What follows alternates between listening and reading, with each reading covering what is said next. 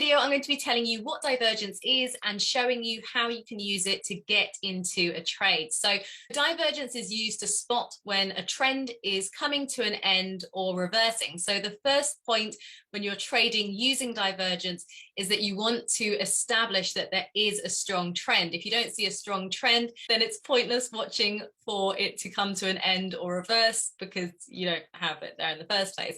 So the first thing you want to see is that there is a strong trend, and then you want to use an oscillator to spot the divergence. So I'm going to use the RSI indicator. I'm going to use it on default settings. So the default settings are 14. Sometimes I like to use the RSI indicator on different settings, but that really depends on different markets and different strategies. For trading RSI divergence, I'm going to be using it on its default settings. I'm also going to be looking at the 1 hour time frame for this, but you can trade divergence on much smaller time frames. I know a lot of people like to trade it on the 5 minute for scalp trading strategies. So there are many different strategies that you can actually use. So I'm just going to talk you through what divergence actually is and then how you can use it to get into a trade.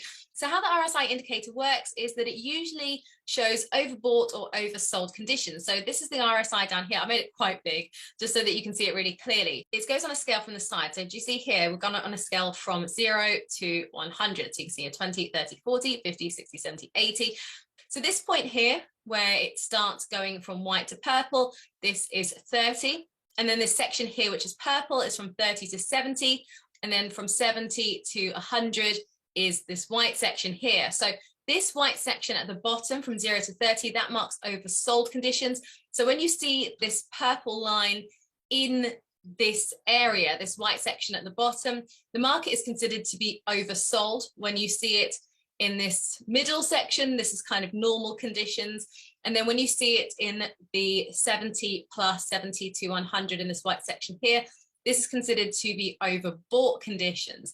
I actually don't think that the RSI used in this way for Forex works particularly well. I think it's much better for equities or for commodities, but there are some ways that we can use the RSI in Forex other than just looking to sell when it looks like it's overbought or buy when it's oversold. So the definition of divergence is when the price of an asset is moving in the opposite direction on a technical indicator such as the RSI to how it's looking on the chart. So let me show you what that means. The reason I was explaining how the RSI works in terms of being overbought and oversold is because actually in terms of looking for divergence, you want to wait for it to be in these extreme periods first before you look for that. So we're not looking for divergence in this purple area, we're only looking for it in this white area here or this white area here. So let's find a point where we have a really strong trend and then we can look for divergence on it. Okay, so here is an example. We were in a strong downtrend from this point here. The market's been moving down. We are now in oversold conditions, which, as I say, doesn't necessarily work well for Forex trading, but in this situation where we are using it to spot divergence, it does work well. So we want it to be in this extreme condition before we start looking for divergence. You want to use this trend line tool here to draw it on. So can you see here, we are in the oversold conditions and we've got a point here. So what we want to do is just draw that point to the new low point. Now I'm using the candle bodies rather than the candle wicks. So you can see that we've got new lower lows. The market's continuing to move in a downtrend and we are getting lower lows. And you can see that because obviously the line is pointing downwards rather than upwards. If it was pointing like that way, we were getting higher highs. Now you use this again and you want to mark it on the RSI indicator. So can you see here, while the market is making, oh, that was it. There we go. So as the market was moving down here, the RSI indicator was moving up here. So can you see that's saying that the asset, the price of the asset is moving in the opposite direction to the technical indicator, which was the definition of divergence. So can you see here that as this moves down, the RSI indicator actually moves up. And what that suggests to us is that this strong trend is coming to an end. Now, it doesn't necessarily mean that it's going to start reversing straight away. So you wouldn't want to enter into a buy position straight away. But first of all, you could use this to exit a sell position if you were in one, or you can look for some tools as to whether it is going to then move from a downtrend to an uptrend.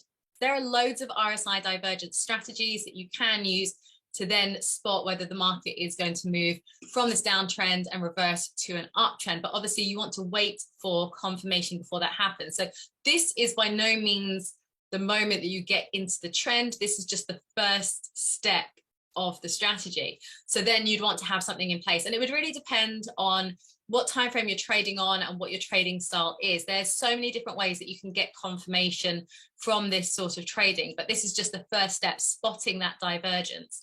Let's see if we can find another example, because you see this one here, this one actually didn't reverse, and it'd be great if we could find an example where you actually saw a reversal. So do you see here what happened is it went from a downtrend to a range. So this would have been a great time to exit that trade, but you wouldn't have wanted to enter into a buy position. I mean, you might have been able to, and you could have got a small run there, but it wasn't a long-term trend. Remember, we're only on the hour chart, so it didn't move upwards for a very long time. Let's see if we can find another example of when it did actually stop and reverse, because that would be really good to see. So here, I think we've got one. So you see, we're in overbought conditions there. So if we just grab the trend line tool here, we go from this point, we draw a line there. So we see we've got the higher highs there. Now, if we look at it on the RSI, can you see we have lower lows there? So it's moving in the opposite direction to the asset. This is moving up, whereas this is moving down. So that suggests to us that we are moving from an uptrend to a downtrend. Now, the only thing I would say here is it's not a strong uptrend. And that is obviously one of the criteria I'm seeing as I go into a bit more. It was, it was an uptrend, but it wasn't a very clear one, to be completely honest.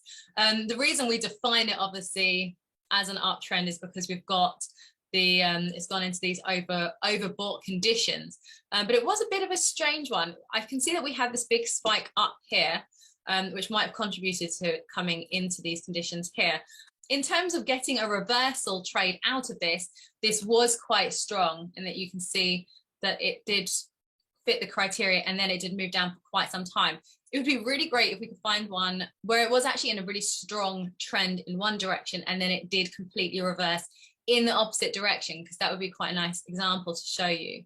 Okay, so let's see if this one here qualifies as divergence. So we'll get the lower lows, it comes down here, and then can you see that this point here, so I'm going to click on it there, this point here matches up with this point here on the RSI. So if I click on this tool again, I draw it from here to here, and then you can see this point here matches up with here where I first started it. So this is it matching up here.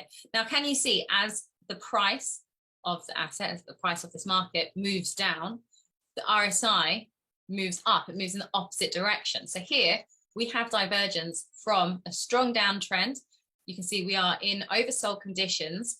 We have this qualifies as divergence here, and then we get a nice move up here. So the next part of this equation is, what is the confirmation to actually get you into this trend? What makes it go from a downtrend straight to an uptrend, or almost straight to an uptrend? Did mess around a little bit, but what qualifies for that to be just a buy position rather than exiting from a sell position? So if you'd like to see a video on the exact confirmation after RSI, or if you'd like to see a full RSI divergence strategy, then make sure you comment below and let me know, because I would love to make one for you. And if you got value from this video, then make sure you give it a little thumbs up, as it is good for the YouTube algorithm, and it means that YouTube will start recommending more videos like this to you.